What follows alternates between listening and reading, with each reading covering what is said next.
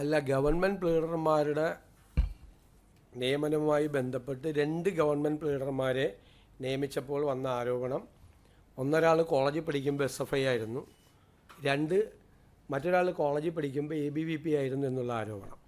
നിങ്ങൾ പല മാധ്യമങ്ങളും അത് കൊടുത്തത് ഇന്ത്യൻ ലോയേഴ്സ് കോൺഗ്രസ്സിലെ അഭിഭാഷക വിഭാഗം ഈ പരാതി പറയുന്നു എന്നാണ്. അല്ല, അവരാണ് പരാതിപ്പെട്ടത് എന്നാണ് എല്ലാ മാധ്യമങ്ങളിലും വാർത്ത വന്നത്. എന്നോടാരും പരാതി പറഞ്ഞിട്ടില്ല.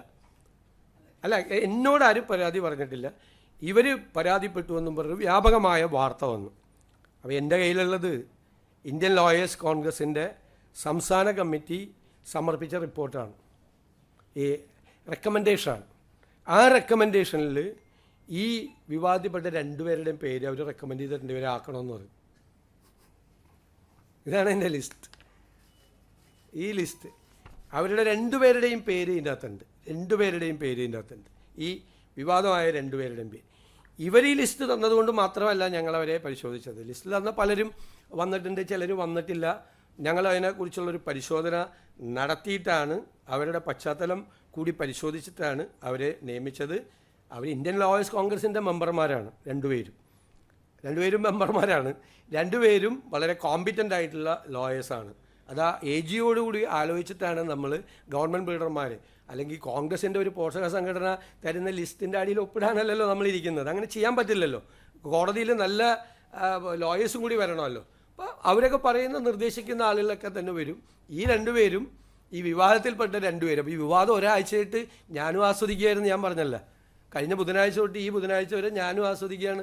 ഈ 2 പേര് ഇന്ത്യൻ ലോയേഴ്സ് കോൺഗ്രസിൻ്റെ സ്റ്റേറ്റ് കമ്മിറ്റിയും ഹൈക്കോടതി യൂണിറ്റ് കമ്മിറ്റിയും 2 പേര് ഈ 2 പേരുടെ പേര് ശുപാർശ ചെയ്തിട്ടുണ്ട്. 2 പേരും അതല്ലല്ലോ, അവർ ഇന്ത്യൻ ലോയേഴ്സ് കോൺഗ്രസിൻ്റെ മെമ്പർമാരാണ്. CPMൽ നിന്ന് വന്ന 5 പേര് സ്ഥാനാർത്ഥികളായിരുന്നു അസംബ്ലിയിൽ. BJPയിൽ നിന്ന് വന്ന ഒരാൾ. അതൊന്നും എനിക്കറിയില്ല.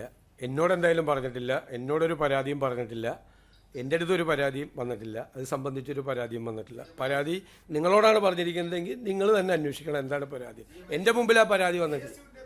അവരൊന്നും അല്ലല്ലോ ഇത് തീരുമാനിക്കുന്നത്. തിരുവനന്തപുരം ലോ കോളേജിലെ യൂണിറ്റ് കമ്മിറ്റിയാണോ ഗവൺമെൻറ് പ്ലീഡറെ തീരുമാനിക്കുന്നത്? നോ. അതൊക്കെ വെറുതെ അനാവശ്യമായിട്ട് നിങ്ങളിത് ഊതി വീർപ്പിച്ച് നിങ്ങൾ വലിയ വാർത്തയാക്കിയാണ്. തിരുവനന്തപുരം ലോ കോളേജിലെ KSU യൂണിറ്റ് കമ്മിറ്റി ഗവൺമെൻറ് പ്ലീഡറെ നിയമിക്കുന്നതിന് അവർക്കെന്താ കാര്യം? ഒരു കാര്യമില്ല അവർക്കൊന്നും. അവർക്കൊന്നും ഒരു കാര്യമില്ല. അതൊന്നും നിങ്ങളാണിത് ഊതി വീർപ്പിക്കുന്നത്. ഗവൺമെൻറ് പ്ലീഡർ നിയമനത്തിൽ വിവാദം തീർന്നല്ലോ ഇതോടുകൂടി. നാളെ മുതലില്ലല്ലോ ഇത്. ഇനി വേറെ എന്തെങ്കിലും ഉണ്ടെങ്കിൽ പറയാം, വേറെ എന്തെങ്കിലും ചോദിക്കും.